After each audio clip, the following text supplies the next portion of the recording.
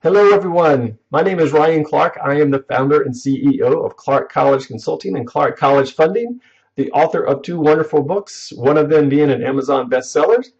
And I am the superhero of college planning. And today I wanted to give you some insider tips for getting outstanding college recommendations.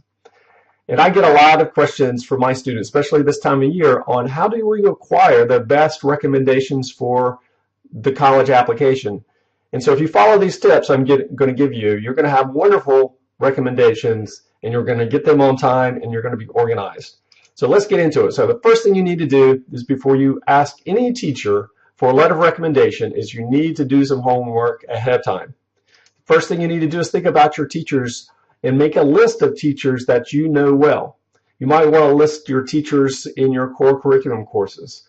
Ones where you've had rigorous courses such as AB or IB or honors courses.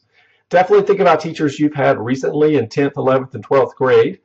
And think about teachers you might have had more than once. So it could have been a coach, it could have been an elective teacher, but they tend to make good recommenders as well. And also think about diverse subjects. So you might want to pick one from math and one from art, or one from science and one from history.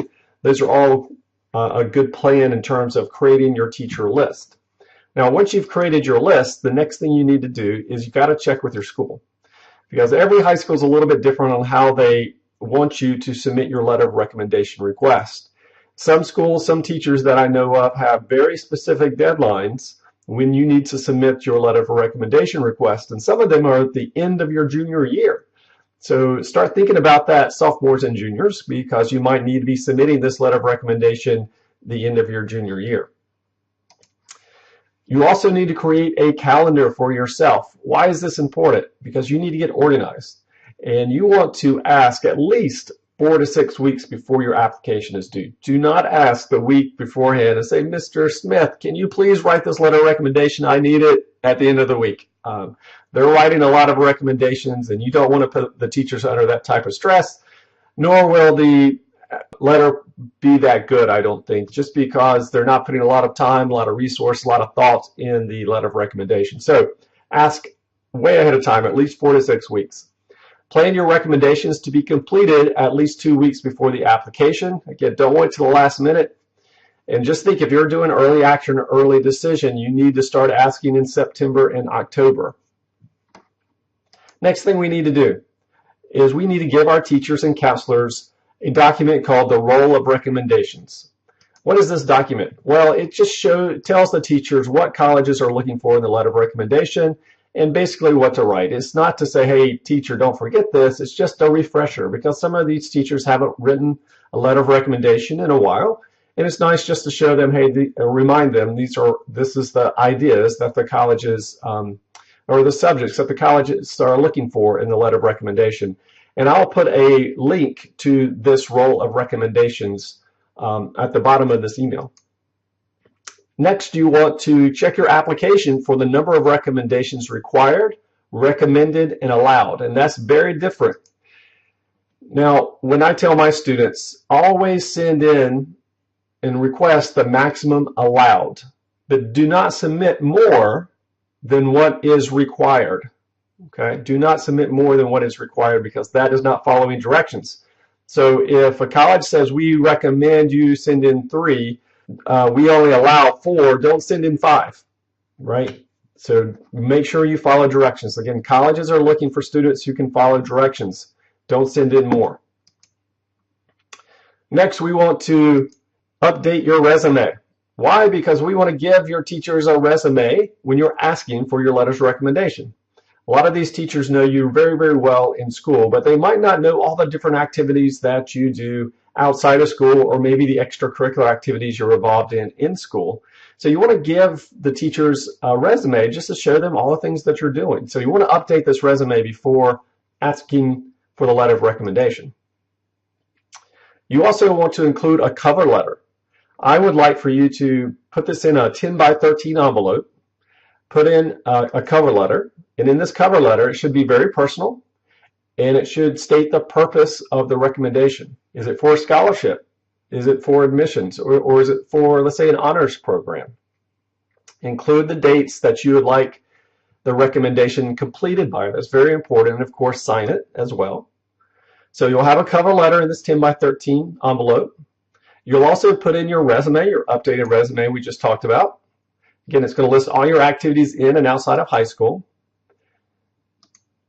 And you want us to provide that roll of recommendations form that we just talked about that explains to the teachers what the colleges are looking for in a letter of recommendation. And this is going to be very, very helpful. So if you can do this for each of your teachers, each of your recommenders, they're going to be very, very impressed. Now, you might need to also include a recommendation form inside this 10 by 13 envelope.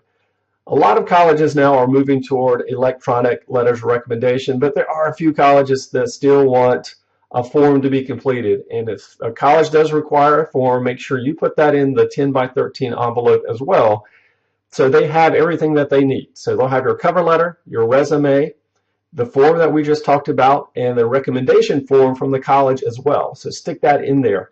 And if you do that, again, the teacher will have everything they need for your letter of recommendation, and they'll be extremely impressed, and it's just going to make their life so much easier. You also want to include a stamp and an envelope or pre-addressed envelope in the letter of recommendation if a college, again, wants a paper letter of recommendation. Again, most colleges don't want that anymore, but there are a few colleges that still do, and if they do, you want to provide a stamped and addressed envelope as well in your 10 by 13 envelope. Of course, you also want to follow up and track your progress. Well, how do you do that? Well, it's very easy on the Common App, Universal App, Coalition app. You can see if a teacher has uploaded a letter of recommendation. You can monitor their progress. You can view when it was uploaded, so it makes it very, very easy. You might want to gently remind your teachers, and I say that using the word gentle, because you do not want to demand, or you want to ask very nicely if a teacher hasn't submitted their letter of recommendation.